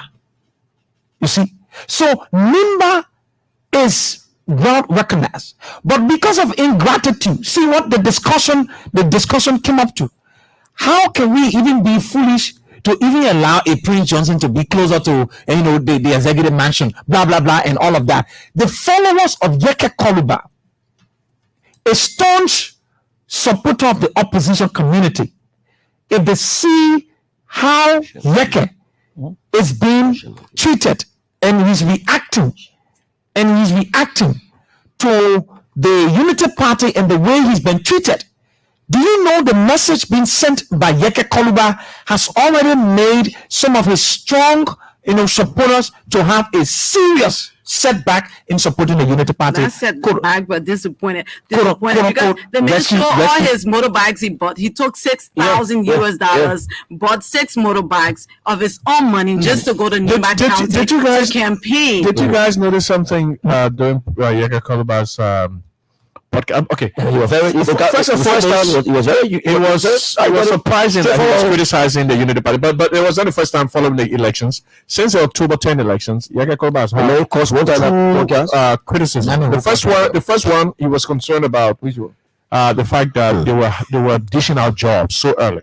So he was at the Capitol building, and then journalists were talking to him. He said, "You win election here, and you start and you start dividing jobs." He was talking to the so-called rescue team, but that is significant. This is a man for, and like That's why he's disappointed. some of the times he speaks his mind, and it can be in an uncouth manner in many times, but It's a reality. yeah. So That's what he's speaking. that was one. Yeah, depending on what you're talking about. Now all the time can be real, so they can be crazy. Well. But they were. Not only Chris Rose, like it was so they were. I thought he spoke the truth. The people have. It shows that what they were preoccupied with. Firstly, they're talking about winning the election fully, but it was not only the jobs. They also started talking about how they're going to start seizing people's property. Of course. They started talking about said that on so they have started sharing posts how they're going to start matching income with properties, and they're going to start seizing people's properties, Of course. and this and that, and then they started talking about jobs, and they started talking about who they're going to get rid of and all of this stuff. So it is that semblance even though of they squandered it opportunities. is that semblance of vengeance Yeah, that that people is it. beginning to run away from. So other people looking at that vengeance, they can even use this control. So what about the ongoing projects that are already started by the president? What about the PHP project, the Roberts Fee project? The number of parks going up across the country, the wax fee payment that the president has started. You're talking about how you're going to sustain those kinds of things. Are you going to put them on hold They don't for care. or you don't really They care don't about those care. things? But that's how getting opportunities. themselves. Because In the pocket. Costa made a revelation yesterday, and they haven't really clarified. Costa said Stanton sent $50,000 to Jacob Akoli, who happens to be the quote-unquote minister of state. He's going to be the person managing the president's office. But Joseph Baka said, according to Costa, He didn't receive that money. according to Costa, that he didn't receive the Never money. saw it. Jacob Akoli has not clarified that. There should be a They went to the election. so it shows shady deals and Of corruption course. this early stage. In fact, there's a lady right now on TikTok who's beginning to become concerned. Actually, that's In fact, she says she want her money back. She said the first over 100,000. Nobody explained to them how the money use of money. She won the money back. So Sad enough, you hear those who were in the trenches complaining. But they they raised those money. All the monies that were raised out of the country, the people who should benefit, to campaign. Even the these are the people who will be so vehement in their criticism of the system. The system is corrupt. They're not following this. They're not following that. But mind you, they were there for 12 years. We still don't know how Elenito got almost $120 million contract without digging a shovel into the ground. Exactly. They just ditched that contract. We're still talking about the Sabo Mountain thing when the chairman of the Unity Party was arrested and other executives of the Unity Party were arrested. People one, people two. When they wrote a whole international report, we were on BBC for months for corruption, institutionalized corruption. When a governor of the Central Bank of Liberia was dishing out money to market, calling himself poverty doctor, just taking the money from the Central Bank, giving $17 million. We know all this stuff. No, $100 million company, the oil company, went into limbo. Breeze.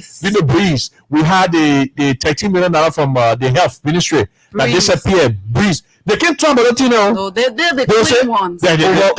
Over 8 billion resource contract or how you got fiasco. Those people, all these things, they don't talk about it. I just refer to them as hungry hustlers who sat in power for 12 years, squandered all the opportunities they have. They don't have anything to show for it. And they think the only way they can come back, they can make a comeback in life, is to come back to government. Because that's the only place they can see. If the leader made, and the thing is, they're beginning to get 12 years. What do you expect? Fortunately, they're beginning to come under the examination, scrutiny. So they're beginning to come under public scrutiny. Initially, hiding behind the fact everybody running for office. But now everybody running. Firstly, a lot of this, nobody senatorial seat again. No. I want 2 candidates in the race. So who won have already won. So the defeated candidate, the elected candidates, going to start declaring the sides, and then they're going to start coming back down and say, "Oh, this person, this candidate did candidate." So that's why you see the Unity Party coming on a lot of scrutiny, and that scrutiny is going to continue in the coming days. For instance, they're going to be declaration of support by some of the third, the fourth, the fifth place winners. So those people are going to declare the side. So the Unity Party is going to come under a lot of different scrutiny. For instance, their vice tender bearer is going to come under serious scrutiny. The Joseph Maya Cole, the one who calls himself Joseph, who goes in the southeast. Firstly, he will tell the people from Nimba and from Nimba. He goes in the southeast and says his father is from the southeast. Where are you from? Two faces. Where are you from? That's one. Two, he goes to the southeast and tell the people that he's the Joseph. He makes no mention of Joseph Barker. Tell people to vote for him. But also, this man has a history. He doesn't even discuss the people. He was the deputy Ways Means chairman. Oh, yes. On the Ways Means committee. That is it. He was a deputy on the Ways Means committee. Siphoned millions of dollars. There are concerns about their questionable deals that he did. Putting money for his hospital, a privately owned hospital, in the, putting his bills on the national budget. Yes. Putting his bills on the national budget. This is the person that's supposed to that is supposedly clean character that's supposed to come and rescue. How do you rescue people? This is build a hospital. Then it's on, the government is sponsoring your hospital instead of sponsoring a hospital that is going to provide for the ordinary people. And you call it a reciprocity. But government is sponsoring that hospital. And you say you're coming to rescue people. Yeah, right. But you see, Daniel, before we go to the lines, because I think it's almost time, the Unity Party started this, this deception when they first came from the CPP. You see, the Liberian people in these final days to make a decision, they need to go back and review some of these things that happened that brought us but the deception started even before the CPP. But we need to spotlight these things. No matter selling the president, the deception started. These were the same very people, Daniel, that said we wouldn't give jobs to any other person if you're not, a member of the CPP. That strategy came from a particular, segment of the people in the Unity Party. You don't see the people overseas standing with his own criminal self who sit in America there. You will get nobody to even. And he pled guilty as a criminal. But she's right too. You give people fake nice and Risking the lives of people in America. The lives of people in he braved There's to no travel sugarcoating in about it. an That's a serious crime. country like America. And that's the person Bwaka's doing business with. Yes. That's his mean. And that is a man who is continuously raising funds for Bwaka's campaign. Because you understand? He feels that if he can do that in America, and that man does that is for Bwaka, and Bwaka wins election. You can imagine the trouble we're already in as a country if that happened, God forbid. There's already you got a criminal who is raising money for you to be president. He sits on his platform every night and spew lies and gossip every night. And he thinks that the Liberian people are going to listen to you that. Have you see that picture that's circulated on Facebook that Bwaka already mortgaged that mountain. Don't take it for a joke. Stanton may have taken his men everywhere and they were just giving places out, collecting money. You heard, I listened to a recording of one of the disenchanted, washers, who was more like a prison head, that talked about over 500,000 they received from some of the Lebanese people in Liberia, but they could not see that money. The poor washers were even complaining. It just shows. You listen to Yeke when he went to Lofa County. He couldn't. What is his name? The former senator for Lofa County. What is his name? Steve Zago. Steve Zago, right? Steve Zago could not give Yeke's bodyguards a room to sleep. He said, "I want to give you one room. You must pay for your body." And you say you want. And you talk about unity. A man who's pushing. But that open the lines. Let's go to the lines and take the calls. You're listening to Open Conversation, EOBC 99.9. The numbers are 0880-514-096, 0880-514-096. Good evening, CSGT. Good evening. Let me say good evening to Washington, Daniel, and Minister Bwaka. Yeah, good evening. This is the voice of El Satiro, the anniversary. Mama, everything you feel, you tell me. Yeah, because I have a serious interest in the conversation, because the conversation is so open to us. So for some of us, as a relief for us every evening, for us that love the CDC and that of church we are. Let's hear you quickly. And thank you very much for the opportunity to hear. But I don't know, Doctor, have you listened to this music from he talked about his son during the election period when he said right now we're not voting by trap, we're not voting by religion, tradition, friendship, relationship. Listen to it. Yeah, Kubasi, right? Yeah, Kubasi. Yeah, listen to it. He sang the music as though, that music is an attribute of the United Party and Dallas Ambassador Bwaka. And that is why we continue to say to our people, we are not going to vote people on the basis of trap whatsoever. People are seeing development, tangibles. Trapalism is not going to interplay. When you are getting their information during the rally, on Thursday, you saw how they were giving the information, but when the result begin to come. Okay. Okay. So let's set it. I mean, 30 seconds to do yourself and you give the next person check. 30 seconds maximum. Hello. Good evening, caller. Hello. Yes, good evening to you. Let's hear you. Hello, this is Patrick. I called you for Patrick. Let's hear you, Patrick. Welcome. Yeah. My things have been doing to the women that is going around. If you get insulted our president for over 6 years, we're giving 50,000 United dollars. We don't want to replicate what happened during Dallas, senatorial position 2020. So that is a rumor. Do you know whether it's true or not, or do you want to speak to that? No, I hope and pray that it is not good because we are competing in churches and that is absolutely untrue. That's not true. Not even, what a rumor on that is absolutely untrue. All of the support we are getting are from people who honestly are evaluating genuine people. Two different candidates in the race and choosing a platform. And that's exact. For years, Costa had, for months leading up to today, Costa had talked about how he had problem with the rescue train. Exactly. So it was a deal that he was going to endorse us. Yeah. So he didn't have to be induced. Okay.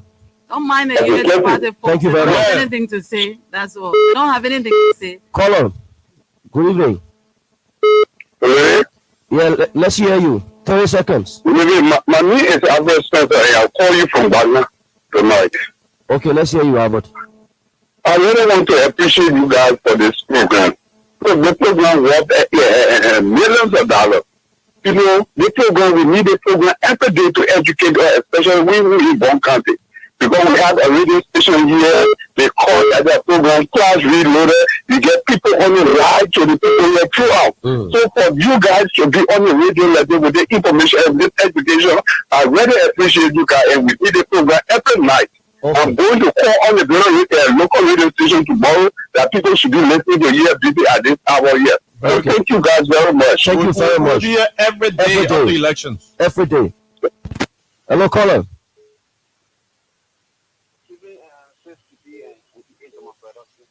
Good evening to you. Let's hear you, friend. I'm strong. Function low. Armstrong is using earpiece, I think. Earpiece. You're using an earpiece. So I'm sure You you know. got it. Use your full original mouthpiece. Thank you very much for the topic. The stay bow. Armstrong, your line is Yeah, very line low. bow. Let Answer call back. Armstrong, call by line low. We can. We need to hear you. Hello, caller. Good evening. Good evening, caller. Let's hear from you. Yes, I'm calling from Swaju. Let's hear from you, sister. Yes, I listened to the conversation today. My attention has been tuned to TJ. You know, TJ don't have anything to do with final content. And he's saying that he are going to the G to tell the people the unit of Joseph Boyka. He shouldn't reach to Grand Nigeria country. He should only talk to the G and tell the G people what Joseph Boyka was doing. But if he reach to Grand Nigeria country, we will do everything in the southeast and we'll come out everything. All right. No harm should be done to him now. The men are like brave men. The men are supposed to campaign anywhere in the country. So Hello, he can campaign. caller. Yeah. Hello. You walk away from your monitor, please. Hello, caller. Good evening. Good evening to you, caller. Let's hear from you. Thank you, Chief. Let me say good evening to Titi and others. The living when during this conversation from this today. All right. Thank you. Let me appreciate all of it. You know, this was like, you know, when you are in opposition and now getting in the run-up, we expect all of the other political parties, opposition political parties to run up behind you to make sure to win the really establishment. That hasn't happened in our country. 2011, when we were in opposition, we did not see Chad Walker Boston pledges support to him in the run-up. And Prince Jesse did not pledge support to him in the run-up. All that they came to the ruling party at the time. Which time? When Chad Prince Johnson pledged support to John, we are in the run-up. 2017. Okay, yeah, let's say 2017, the ALP were in opposition, did not pledge support it with just ALP was with John Weah. The ALP pledged support to the United Party in the runoff. You know, after the election when he went to CDC. No, it was Costa who had the call. I ALP Costa in CDC in 2017. So, you see, our culture politics, that's how it has been. And now, you twisting it. That's never how it's been. That's not how it has been. So don't That's say not how it's been. Hello, caller. ALP was with the CDC. In fact, the poll specifically said when they were joining that is bet with the CDC. Yeah, exactly. You know, and that's what Benana USA said. Exactly. Hello, caller. Caller, hello.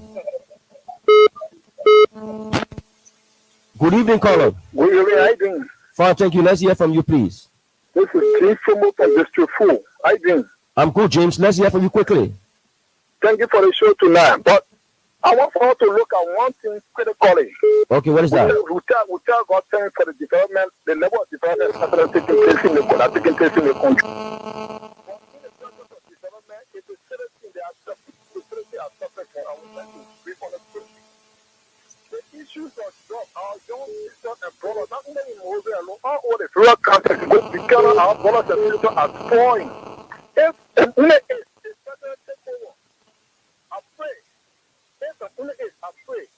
Let's really work on it because it can't be done. The citizens are so much time.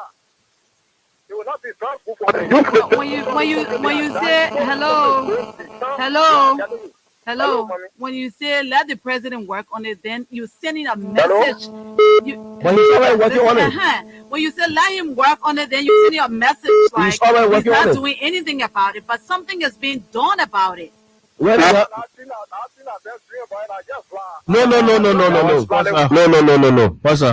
now the president about drugs, yeah. Then he said that The first thing is the president is currently working on the issue on that issue. You can't say that. But if there was any, first and foremost, this is not the first time we've had a issue of drugs in this country. This is not the first time we've had issues of what's that? No, coming. Yeah. So there are a lot that the government has been doing to fight crime.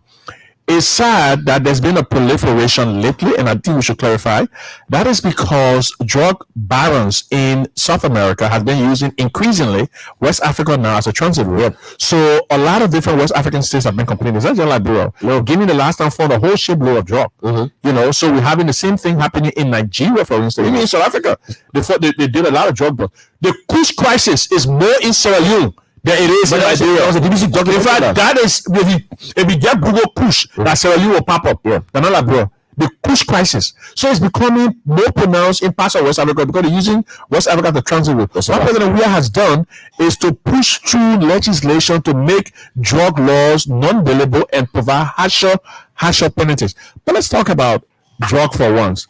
What Trauma do? Can you Trauma do that under President Weah? Ellington. What about the 1010 there? The bubbles, or the Italian white, all the thing there. That honor President Weah. Yep. They're not honor the Unity Party government. That's the saddest. Who's slapping the cemetery? That's the saddest thing about what they're saying. I listened to the senator-elect for Cape Mount County, and she says, I'm supporting Joseph Boakai because he's an elderly statesman. I don't know when, if you're older, then it means you can lead. That's the criteria. And then she says, I see all my children. I got boys' children, so I see the children and this is the only time I'm seeing people all in the ghettos. I'm like, you're coming to the legislature, and the people you're speaking to, they're Liberians, and you will say that you were just seeing people in the ghetto when you come from a party that was in power 12 years ago. People can pretend like they have selective amnesia. Wow. Exactly. When they are speaking about certain political matters, which is the level of dishonesty. Because the selective amnesia means basically they pretend like they've forgotten everything that's happened to them. They pretend for once that they don't have a memory. Do we expect that everybody will forget? Yeah, for them, that's what they think. They tell everybody else is crazy, that they're going to pretend like nobody knows, that nobody has a recollection, and all of that. And then they will start to preach political rhetorics and all of those stuff. But we all know that President Weah has done, to the extent right now, we amass multi-million dollar, we're building a multi-million dollar complex that are going to be hosting at Wakes Youth and provide them skills and all of that. We've been piloting that. We've been piloting those different projects at the community level. Right now, there's various detoxification programs happening here. That's a tongue twister. That's a tongue twister. It's a detoxification programs that happen at the different levels. Caller, hello. Yeah, man. Yes, good evening. Let's get me put up plenty. Change your location, please. I'm sorry, I'll have to take you off the line. Hello, caller. Hello? Good evening, caller. Let's hear from you. Yeah, how you doing? Fine, thank you. I'm Paris M. Tennis and I join you from Banapa. Okay, let's hear from you, please. Yeah, I want to tell you guys, thank you for this topic on our discussion, but you guys need to be careful because you guys are young and then today was not be the end of your life if George Weah doesn't will back. But who told But you what are you that saying? What are you even our saying? lives if George Weah? But what are you even saying? What are you saying? Who told you that? Who told you that we don't have life after here? Who told you that? Somebody can just call. I mean, it's hello. Good evening to you. Let's hear from you, please. Good evening to you. Good evening. Yeah, this is Paul Sosa that called from Zoom Whiskey. Okay, Paul, let's hear from you. Okay. You know, to spell something is very easy than to face it, and while the opposition fail to realize the one they sport in the past, the one for President, we have to use one day to face it. After 1 year, 170 years for the one for President, we have to use 1 day or 1 year to solve laboratory. It's impossible. Even the great American can do that. Back to the topic. You see, the opposition, they can allow the ban telling our people, all the 15 counties, you know, when we don't work hard, it will still remain in the people here. Could you imagine? And that's exactly what we're doing. You're right. All the result I get for you people there, it was not sufficient. Because they were the evaporation, say, oh, the people say, Joseph Bola said, they will ask people salary, or they will do the other way, say, anybody who tell you that, share and say they are black liars. Because in the first place, when somebody tell you, say, let your child stay with me, the first thing you do, go up and say, oh, check the neighbor. Train at the condition that they live in. Yeah. Before you tell your child there, what you trying to say? If I can say, he has power to act on the main line. In the first place, the man spent 52 years in government. I have one all-star friend, and one suffering up to now. He didn't get it. He get one all-star friend. How would he manage to say it? All right. Thank you. Okay. The international community are used to help. They say Liberia is non-suffering country. So it means that we will do everything by ourselves, anything that we will do. Okay, so Paulo. when you get money from, who know him, that I able to even help him with 1 cup of rice before they... Okay, we have to leave you at that. Thank you so much. And I think he made a You know, brilliant point. Just some of these folks that call will say, "Oh, you're Titan," but they wouldn't have the. Firstly, we're speaking legitimately here. We have some of the points we're making it soundly and legitimately within the realms of democracy and politics. Correct. But these very folks are calling us, this and that, just because you're hitting the side today, but they don't have the same audacity to call Stanton and tell him to start putting information about fake, the fake results that they're putting out to disturb the peace of this country. Some of the folks, they don't have that audacity to call him and tell him, stop it. They lie, the results that they were lying about that's happened here, X, Y, and Z, that would have plunged this country into chaos. But what I've noticed since we started the whole political thing, some of the folks that can pretend to be looking out for your best interests, they aren't looking out for your best interests. They will come to you and say, "Oh, Titi, you're not supposed to be posting that. You know, you got a future, this and that." What they're attempting to do is to disarm you. Yeah. They want to rob you of that power that you have to question and scrutinize them. Correct. Because 2 weeks later, you just check that person page, they will be posting green and this, that, and all of them because they have a side already, but they're pretending to look out for your best interest. So I've faced that quite a lot. I've operated, one of the things I've said to myself, I'm not going to curse anybody. I'm not going to tell anybody, say X, Y, and Z and what have you, but I'm going to vehemently back my side. I'm going to back my side. That is within the realms of our democracy and our politics. Of course, I don't pay attention to those people. If you listen Joseph to them, Boakai is on tip. Joseph Boakai is on tip for saying that if he takes charge of this country, he's going to reduce the civil servant from 500 to office 100. Yes, you're gonna put people He said down. that. Yeah. He's on tip. He said that. And I will find that. We'll play it tomorrow. Saturday 2 FM. Yes. On the platform. He sat down on the internet show.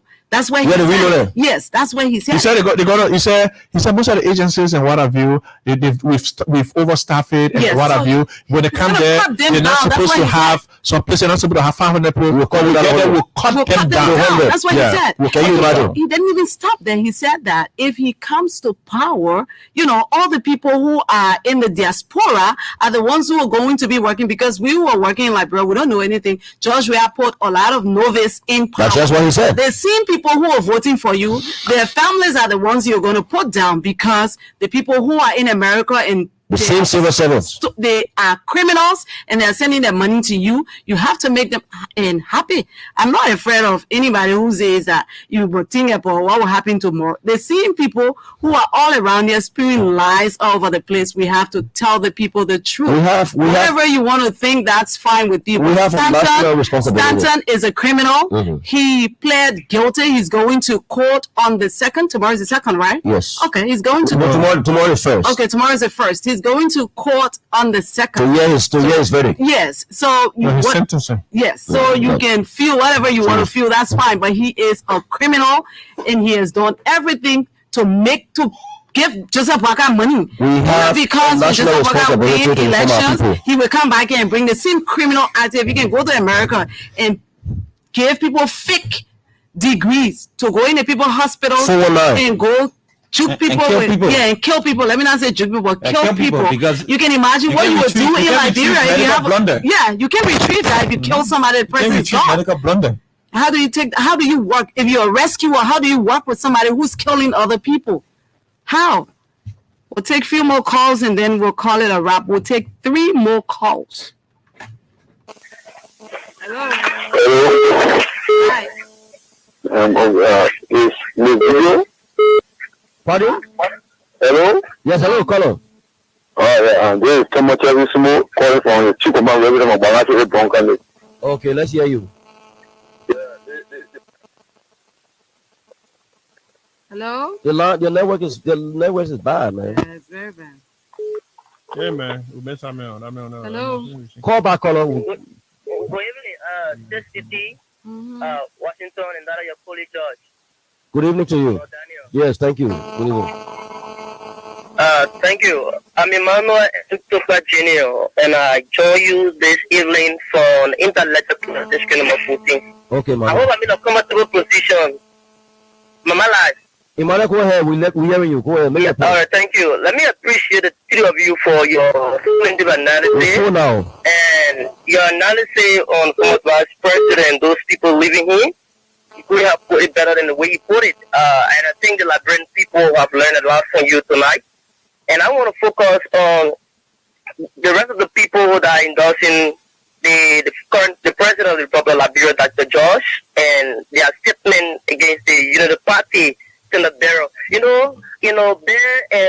Being grateful is a good thing. This is what the president has, the charisma of being grateful. But what I see in the former vice president is he lacks the principle of reciprocity. He's not reciprocal.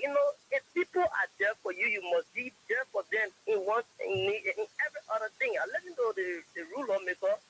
I listen to the podcast when you're left. But every other person left the vice president, including the reason why people are reporting about the president of voters. It's just so baffling that the former vice president is angry. He has a lot of ingratitude.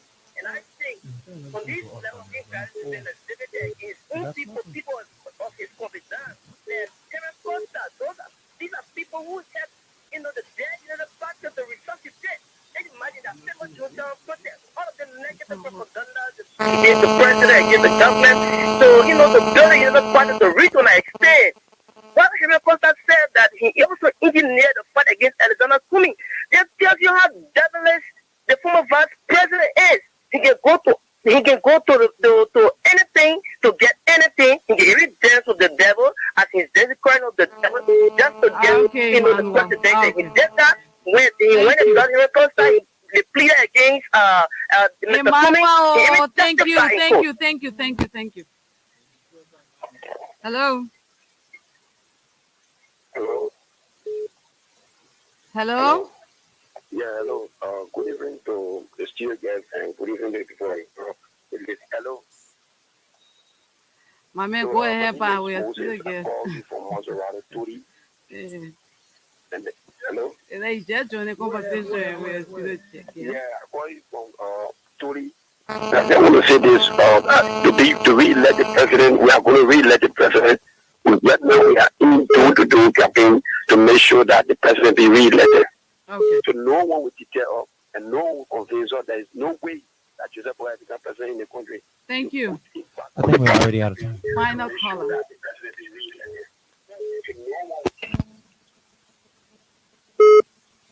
Hello? Yeah, hello, TV. How you doing? Not bad. Your final caller. You got 30 seconds, sir. Thank you. This is James Stewart joining you from Nigeria. So you said it'll be precise. Okay. Hello. You're live, Jimmy. Let's go.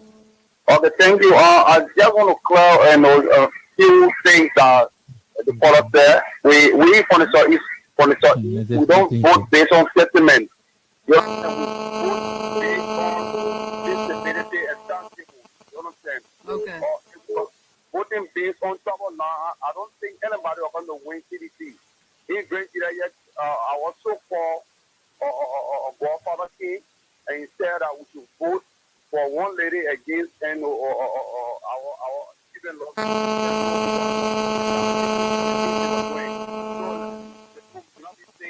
Okay. Thank you.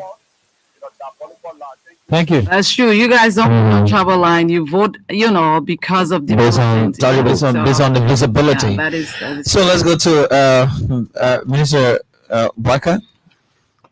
Yeah, tonight was a wonderful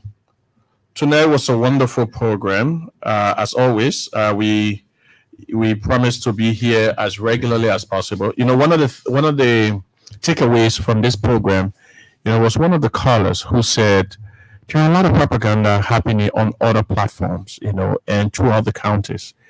The people will just sit in their homes or some of the times out of the country and spew out deliberate lies. And some of these lies can be so, have a destabilizing effect to the extent that it even called the attention of the U.S. ambassador, who said once that he feel ashamed of people who were using the sanctuary of the U.S. to just spew lies and hate about their country. What we are attempting to do on this platform is to correct that. We're going to do that for every night, and ELBC broadcasts across the country. So we're going to be here every night to correct the different lies and propaganda that have been spewed with the intention of unseating a good man who we have at the helm of power, an all-inclusive president, a president who is open to all, who reconciles with everyone, who has ensured that people's fundamental rights are respected, while he also is developing the country and creating opportunities for young people. It is this kind of leader that folks want to spew lies against in order to make sure that population gang up against and bring back the very people that were at the hand of authority for 12 years and they put this country all in a mess. I hear somebody say we thank God for the development, but people are suffering. Like, seriously? Yeah. So that's why we want to correct. That's why we're going to get The president does not really know what they're saying. When Unity Party, how many jobs they They just don't know what they're saying. They just don't know what they're saying. You got development. If you say and say we'll choose development, if you acknowledge development and you attach development with suffering, you certainly don't know what you're saying. Let's hear you. The level of admittance by that caller shows that he's aware but very dishonest in terms of speaking the fact. It is our national responsibility as communicators to continuously inform our people on what is happening in our country.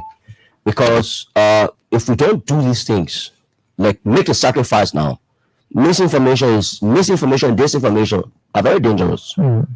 Today we have citizen journalism. It's everywhere.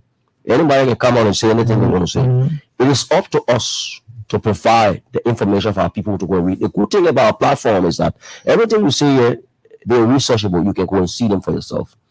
So to the caller who called from Bangabong County, who said to us that he's going to encourage others to join us every night, we want to say thank you to you, because we too are now resting.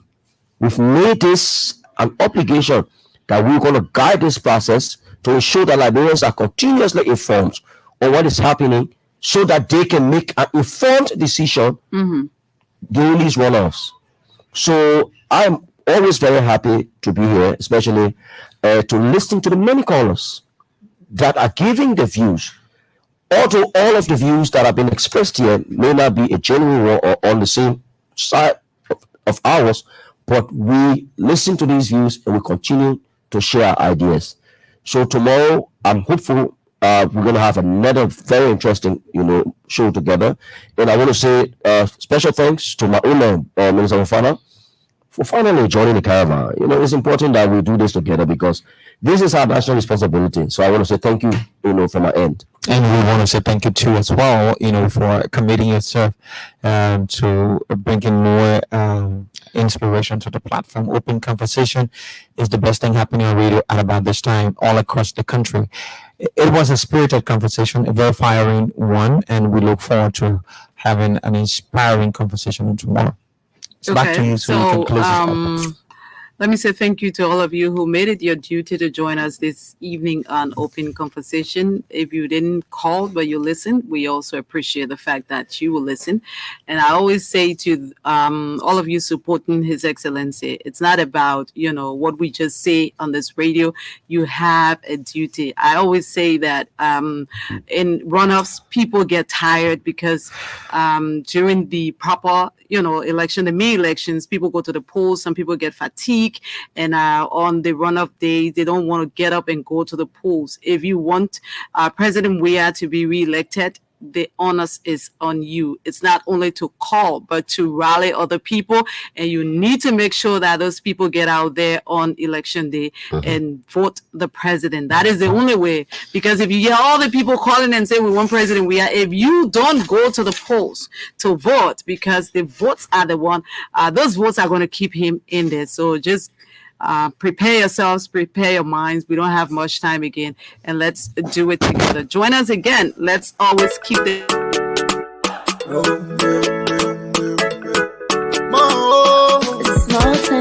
from the east to the west, north to the south, let's come together at home.